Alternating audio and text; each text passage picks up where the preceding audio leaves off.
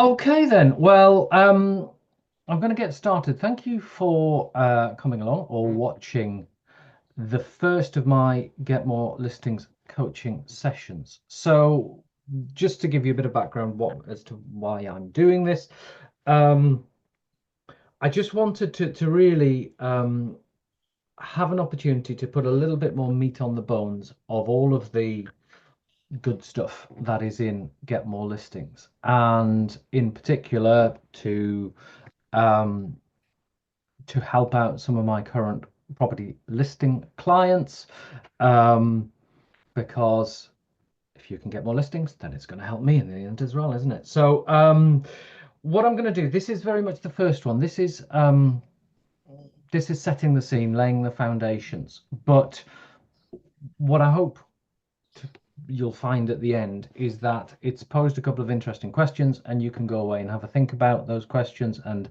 how they apply to your business. And then my plan is to talk around, teach, coach a different bit of the content from the book every month, um, so that you're getting the chance to ask questions to me, which you can ask questions as and when they come up, and also just getting a little bit of a deeper dive of the stuff that's in the book, because obviously there's a lot covered in the book, and some of the things I do cover quite quickly, others in a bit more depth. So let's get started. One of the advantages that I've got in working from working from Newcastle, but working with clients who are, from the top of Scotland all the way down to Devon and Cornwall, is I get to chat with my clients and get a bit of an understanding as to how their business is going and the challenges that they're facing, and that gives me quite a useful insight. And what has become clear, and led to the writing of the book and the book that preceded it, 5 Mile Famous, was that most agents, whether they do sales or lettings or both, whether they are self-employed agents under one of the new networks, whether they're an established high street agent or somewhere in between, everybody seems to have, oh, here's Rebecca. Everybody seems to have the same sort of problems. I'll just pause for a second as Rebecca comes in. Hi, Rebecca. Hello. 100 tenacity points for actually sticking with it and getting in. I've only No, I just totally forgot today. I do apologise. So between don't. us, we're a right pair. Yeah, exactly. And I've already had some technology issues, so I've only just started rambling on. Rebecca, meet Ellie. Ellie, meet Rebecca. Hello. And Hi. I've just been sort of loosely introducing why I'm doing this, just to help my property listing clients get a little bit more from the content in the book, which I sent out to you last month, and go a little bit deeper into certain topics that I cover. So what I was saying just as you came on, Rebecca, and feel free to jump in with any questions as I'm going through. Working with clients up and down the country, I get to see that pretty much everybody is facing the same challenges and the same universal problems. And I would suggest when I've gone through these, you can have a think and see which ones are particularly relevant to you. So the first one, if I can get my slide to move on, is an unpredictable lead flow. Um, you'll also find that as I go through, I don't have any bullet points at all. So these are just random slides with images to prompt me. So an unpredictable lead flow, a feast and famine cycle, especially if you are a self-employed agent rather than having an established team. What that means is you do a whole load of marketing stuff, you get busy, so you don't do any more marketing stuff, you get less busy, so you do a load of marketing stuff, and it's very, very, very peaks and troughs, which from a growing point of view is not great, because it's far better to sort of have a bit of a linear flow. And from a bank manager point of view, it's not great as well, because obviously it's not great for the cash flow to have huge discrepancies in the money coming in. So um, the unpredictability is something which I think a lot of people want to fix, so that it is it is much more consistent and less of a roller coaster. Obviously, there are going to be seasonal peaks and troughs, but aside from them, Christmas normally being slow, August being a bit of a dead month, then you should be looking to have a more consistent lead flow than many agents do. The other problem is what I call the marketing hamster wheel. And I see this a lot where I think I'm fortunate enough to be old enough to be doing marketing before social media and online marketing was a thing. Um, and one of the things that I've noticed, uh, essentially since the turn of the millennium, is obviously there's a whole load of new channels and opportunities, and they're fantastic. We can now reach far more people for far less money than anybody ever could. But it is just it's a never-ending cycle. And what I do see is that lots of agents get very frustrated by the fact that not only is it a never-ending cycle, but also they seem to find that over time they have to put more and more stuff out, and they get less and less back from it. Um, so that can be pretty disheartening, and pretty demoralizing, especially if you think you've crafted a wonderful post to put on social media, and it gets tumbleweed and crickets. So as it says on the front of the book, it is actually possible if you make a few changes to get more listings and do it with less marketing. Obviously, it means the marketing has got to be a little bit better, but it can certainly get you off that never-ending hamster wheel where you can never see the end.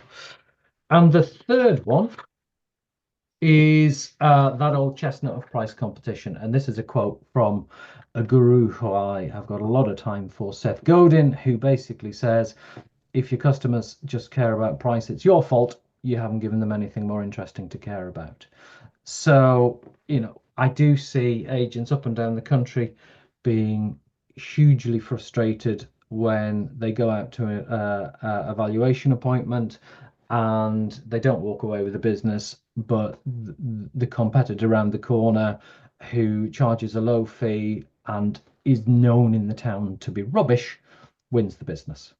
And again, if you're trying to provide a great service and charge a correspondingly reasonable fee, that again can be quite demoralizing. So I'm not going to open it to the floor. I'm not necessarily going to ask you to shout out if you don't want to, but just have a think as to whether one or more of those problems are problems that you face in your business. I think you'd have to be in a pretty unique situation not to have an experience of one of them. But if you want to drop in the chat, then feel free to add in which one or more you're facing at this moment in time. Just before I go on, I think, Ellie, you may have done this, but I'll cover this at the end, but I also just conscious of time and people might get a phone call, I have to dash off.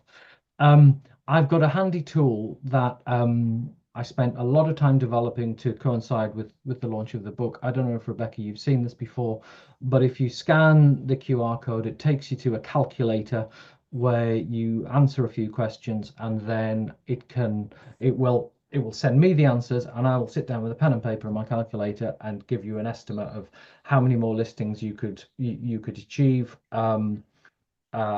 It's not one of these automatic tools that just spits out an answer and creates a whole load of unnecessary work for you. It is actually me sitting down and doing something unique for you. So I'll bring that up at the end, but I just thought I'd bring that up here. And anybody watching in YouTube land, feel free to do that, and I will do the same for you. So one of the things that I cover in the book is what I call my simplified marketing method, because this image here is to represent a tale or a fable you may have heard about a wise Zen master who is is trying to teach his student, pouring a cup of tea, and as he pours the tea into the cup, it's overflowing, and the student's horrified. And the lesson that that tale is trying to tell is that you need to empty your cup before you can put new stuff in it. And I think one of the problems that many agents face is that they are doing marketing stuff which might take a lot of time, but it's not really doing them a whole load of good. So one of the key things that I cover towards the start of Get More Listings is stopping doing the all too common mistakes to free up the time to do stuff that's much more effective instead. So I'm going to go into these in much more depth in future sessions, but just to very briefly run through them, the 5 key mistakes which I see a lot of agents making. The first one is trying to appeal to everyone and anyone, and I think this is a fundamental. And as a marketer, it's not just a problem that affects estate agents and letting agents, it's a problem that pretty much affects every small business owner. They think that if they try to focus their attention and focus who they're trying to appeal to, there won't be enough business out there, and they're going to run into problems. So far better to, throw the spaghetti at the wall. The problem being, if you try to appeal to everyone, then you pretty much end up appealing to no one. Linked to that, there is the idea of spending time and money trying to attract people who'll never instruct you. And I think a lot of the time agents are victims of being given well-meaning but bad advice. And I have seen, and I have called it out in the book, a well-known, very well-respected and successful industry trainer who was talking about funnels and getting leads into your funnel, and basically said if you've got a funnel and at the bottom of that funnel there's one person who will instruct you and 100 people go in the top, your job is to get more 100 peoples in the top to eventually spit out one instruction. And as far as I'm concerned, that's madness, because it takes a hell of a lot of effort to get those 100 people in the top. And surely it just makes sense to concentrate your efforts on the one rather than the 99 who were never going to instruct you. So those two first points are very much linked. The third problem, and I'll cover this a little bit later, so I'm not going to dwell on it, is following generic advice that doesn't work particularly well for estate agents. And here I'm talking about, it's linked to this whole funnel idea, the idea that you attract and then you nurture and then you convert. That's marketing advice. If you ever read a marketing textbook or listened to a marketing guru at any point in the last 5 or 10 years, they'll probably talk about that, where you attract people, you get their details, you send them emails or messages or whatever, and then sooner or later you put something in front of them that will hopefully try to convince them to act. I'll cover this in a couple of slides time. That can work, but it isn't really the best method for estate agents and letting agents. The fourth one is being is chasing rather than being chased.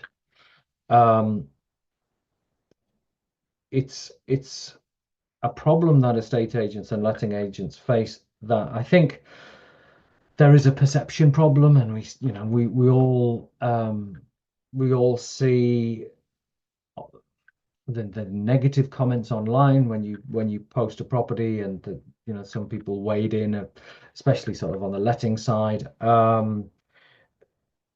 We should be perceived as experts in the similar vein to solicitors and accountants and other professionals of that nature. Unfortunately, estate agents and letting agents generally aren't.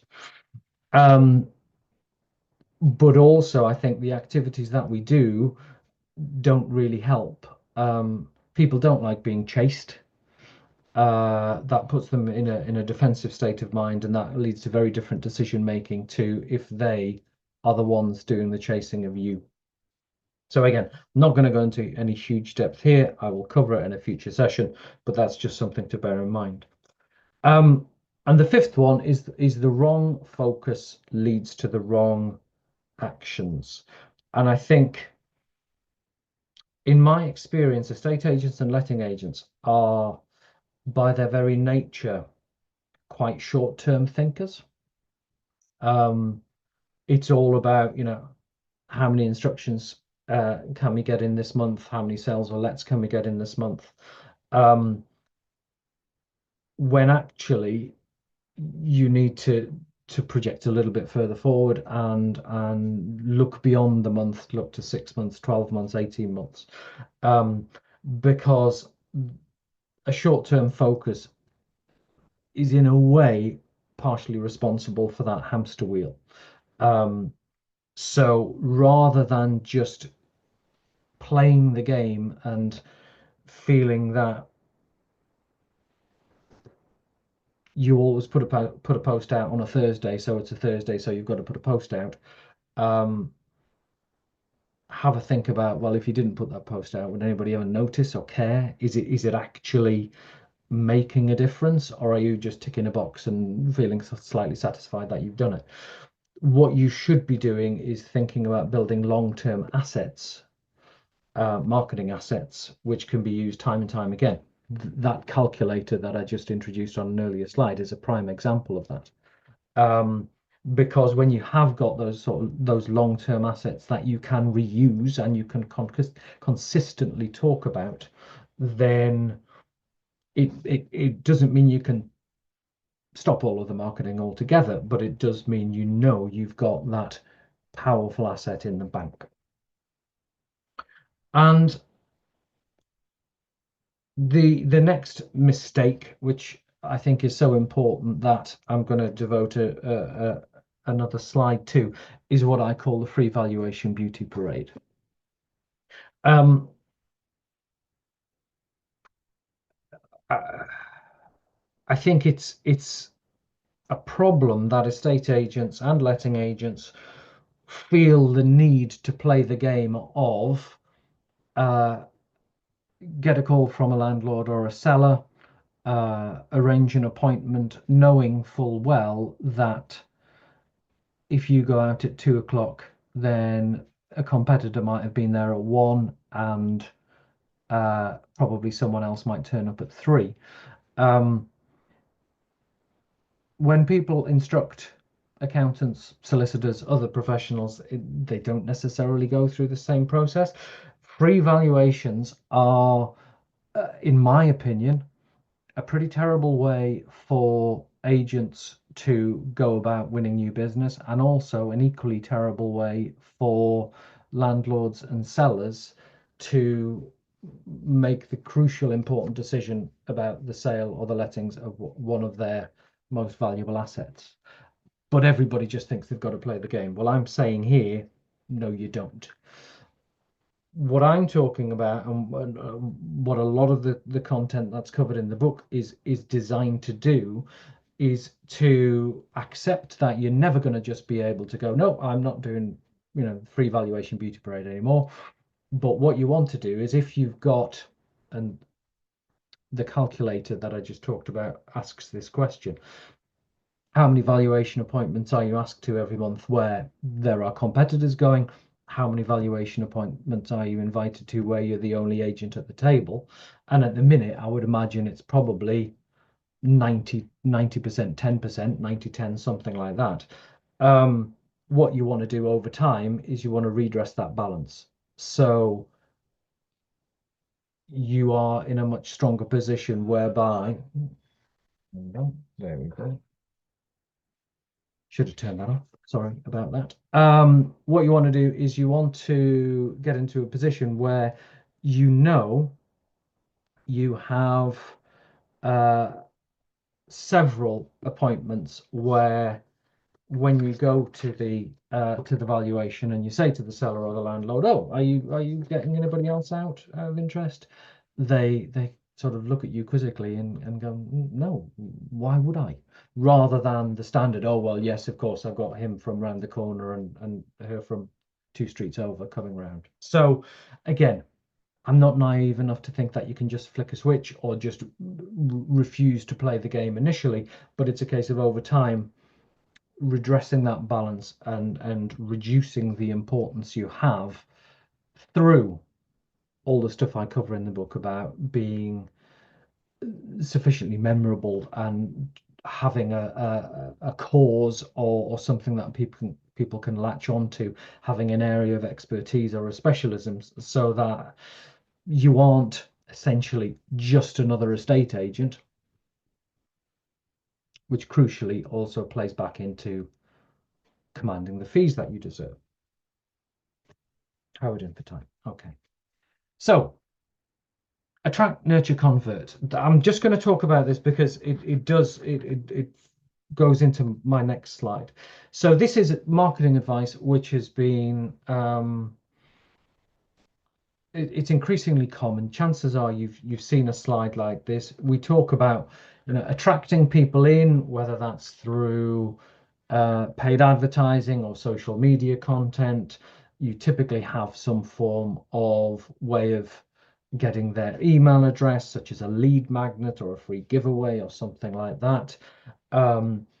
You then nurture them over time, and typically email is used, although I'm seeing WhatsApp being used increasingly. But let's just say email. You email them, and then over time you convert them. Well, I'm not going to really pick too many holes in the whole attract section. I think that needs to stay. But I think the problem with nurture sounds lovely and wholesome, and you get visions of people watering plants, and it's all very organic and all very lovely.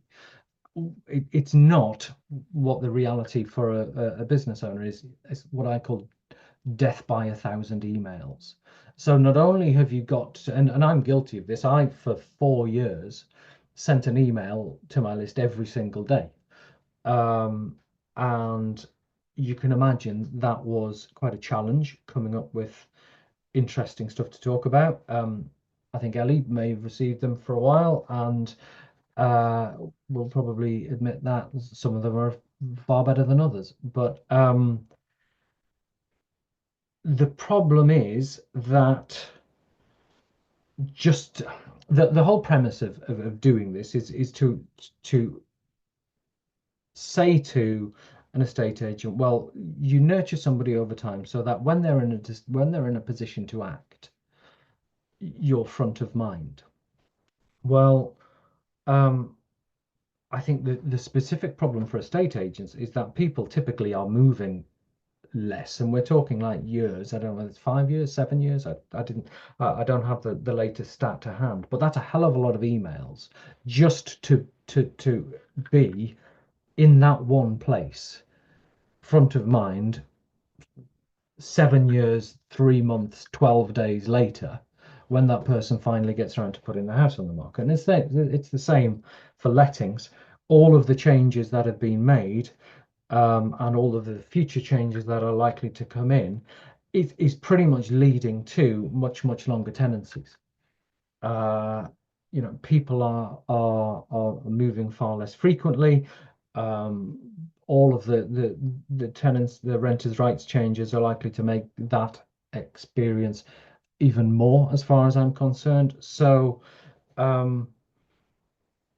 this leads into the next point about converting. If you've got a landlord who's just moved a tenant into a property, then you could say you'll find him the next tenants for free or for some ridiculously low fee. You're not going to win his business because he's just moved tenants into his property. Equally, on the sales side, if you have got someone on your list who could be a potential seller, but quite timely when we're talking about this early in May. If you've got a potential seller whose kids are just going to start their GCSEs next month, no offer in the world that you throw them is going to get them to instruct you to sell their property right now because of all the other life stuff and upheaval.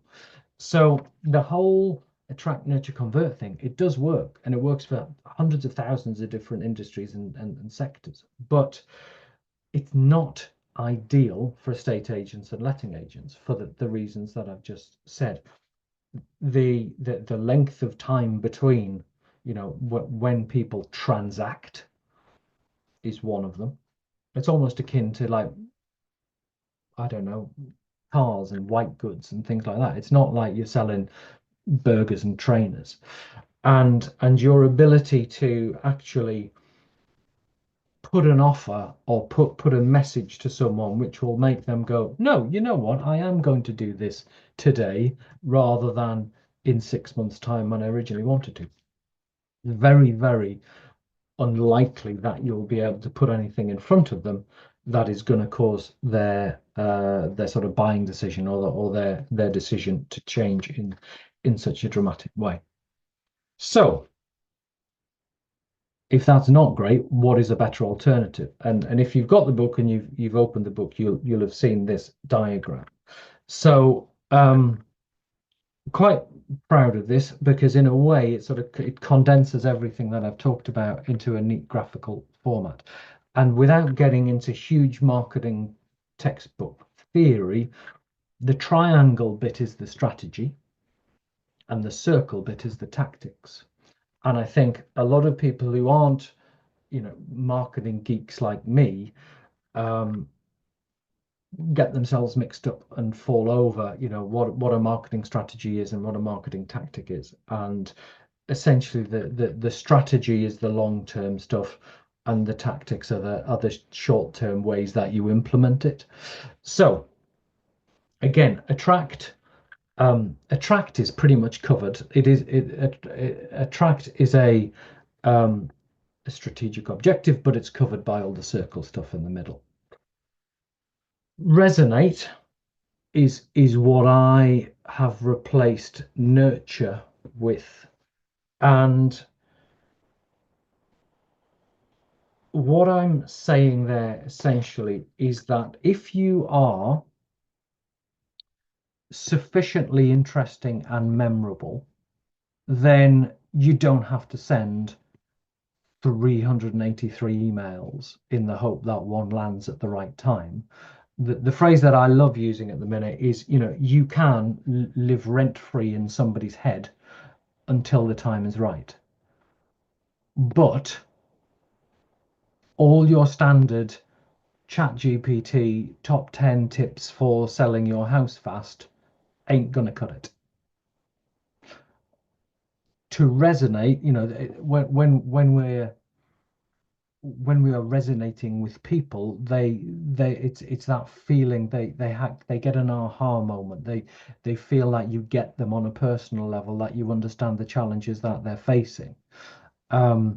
The opposite of that is you will get people, just as you attract a tribe of followers and people who really get your unique approach or your unique style or the way that you're doing business, you will attract a whole load of people who think that you're an idiot and they'd never do business with you. And that's great, because the worst thing you can be in this situation is vanilla. The example I think that I use in the book and in a longer presentation, I think I've got a picture and a slide, is I think when I was writing the book, I did some research and found that Frank Sinatra gets about 3 million streams of his songs every day on Spotify, and I didn't see him sending a daily email yesterday.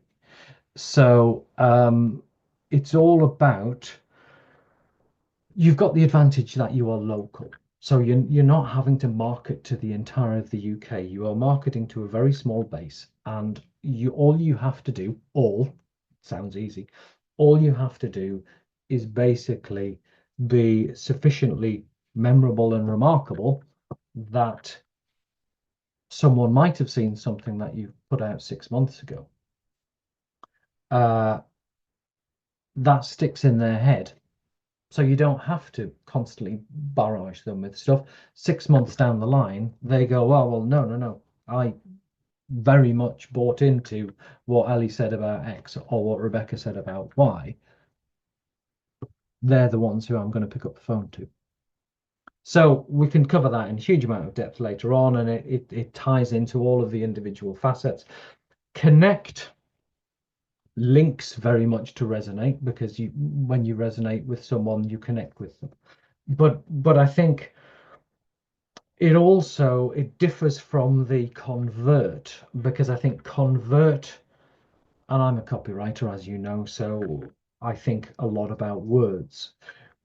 Convert is very much in the same sort of universe as chasing rather than being chased, whereas connecting is less so. So when you connect with someone and you resonate with them, then one of the crucial differences I talk about is the whole convert model is very much predicated on, well, you need to get their email address so you can put stuff out there. And I'm a parent of 2 teenage boys, and I've got a not particularly well-trained mother-in-law as well. So I often end up using the phrase, you're on transmit rather than receive. And I think what a lot of the time we fall into as business owners and marketers is being on transmit rather than receive. Prime example, you go out and do a viewing, whether it's a sales property or a lettings property. Your landlord or vendor is very excited and very keen to hear feedback. We all know if someone's going to buy the property, they'll be straight on to you.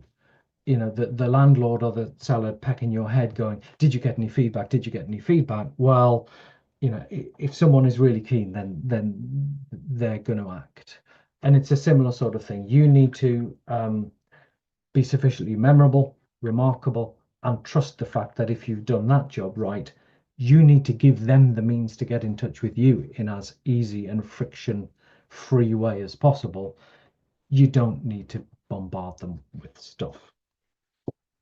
So that's the strategy stuff. The tactical stuff in the middle, going clockwise from the little map pin. This is a graphical representation of the lister framework that I talk about in the book. So the map pin represents local, and one of the things I talk about is having a hyperlocal focus and building out from that. The red light bulb graphic covers inspiration. The book represents stories, because storytelling is a very, very powerful way to put your message across. That goes back to when we were living in caves. The next one is traffic. The little mortarboard represents expertise, and the final one is reputation. So each of these will be covered in, each of these probably will need a session in its own right, or more really, to go into them in more depth. But one of the key things that I do talk about in the book, and I give you some pointers in the book as to sort of the steps that you can do to get that snowball rolling down the hill.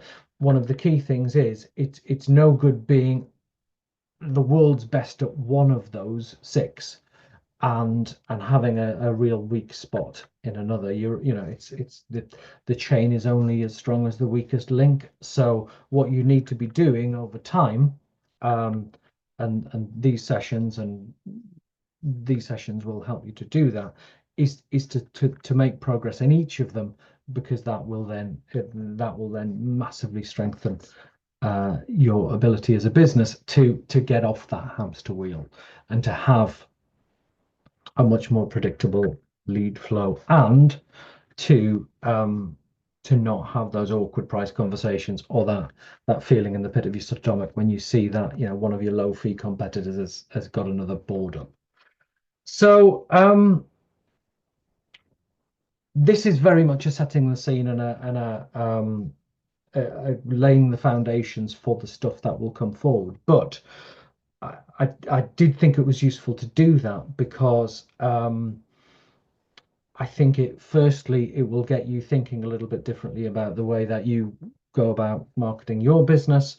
You will be able to have a think about, you know, which, if any, of uh, the challenges that you're facing from right at the start, and also have a think about, you know, if you are guilty of making any of the mistakes that I covered. So that is the end of the formal Neil rambling on section. So I just wondered, got Ellie and Rebecca here, if you want to unmute yourself and just chip in with any thoughts, or whether anything particularly resonated with yourself. If you don't want to, if you've got to rush off, that's absolutely fine. But I'd just be interested to hear what particularly stuck out from you in what I've covered. The slide that we're on now, I do very, very little marketing and never know where to start. So the structure of this slide and the bits we should be focused on, that's of most interest to me from today. But also seeing the pitfalls to understand the let's say easy wins you think you're going to achieve, and actually it's a waste of time and they're not easy wins at all. So to keep focused on this slide and keep going with that. Yeah, I mean, covering off that the advice I mentioned about, you know, the flippant manner in which someone says, oh, well, you just need to fill your funnel with lots of hundreds of people. Like, well, that is not easy. No. That is, you know, and the fact is, you know, if you do get 100 people this week or this month or whatever, well, you know, don't celebrate for too long. You've got to get another one in. So that predicates the whole sort of the hamster wheel mentality. So yeah, good. Rebecca, any thoughts? It's similar to what I've heard before, but it's always good to be sort of brought back down to the basics, to refocus again on the important bits, because it's all too easy to go, yeah, we'll put this many Facebook posts out or whatever, but it's stuff of value that needs to be done, not quantity. Yes, yeah. You know, it is very, very easy to be a busy fool, putting stuff out for the sake of putting stuff out. Well, you get a tiny little dopamine hit when you press the blue post button, but then that's wiped out when, as I said, you know, you get absolutely nothing from what you think is the most insightful, well-written post or whatever, and you get nothing, and then you put a picture of the dog and you get 70,000 likes. Oh my God. But and you know, this is me who shamelessly exploits my miniature dash under every opportunity. But I think, well, in terms of what we will cover next, without doubt, the thing that we will need to cover next, because it just trickles down to everything, is that first mistake that I covered, which fills most people with dread, which is not trying to appeal to everyone and anyone, because just keeping on that path will, you know, it is difficult and it will take work, and it will take, you know, you will need to be brave in a way to do that, because I think people just have the natural propensity to think, well, if I cast my net as wide as possible, both geographically and in terms of the people I'm appealing to, then that's going to lead to the most successful outcome. Couldn't be further from the truth.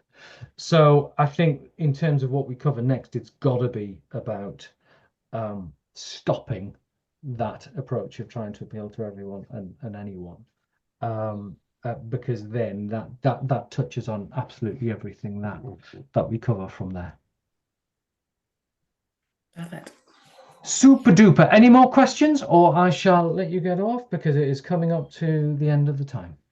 That's perfect. Thank you very much for spending your time with us. Thank you. Lovely. Right. And I think, assuming I've got the technology working, which is not to be guaranteed, then you should get the calendar invitation. I think, Ellie, you might have said it appears in your diary next month. So now that we've got the working links and all that, what I will do, I will just go and double check that the passcode that I think we had problems with this time is the same for the future ones, and I will just update the calendar entry so that's in there, so you've got that down. Perfect, thank you. And super. Hopefully we'll see you next month, and possibly a few more takers as well. That's it. And Thanks so much. don't forget, if you haven't done that, do that.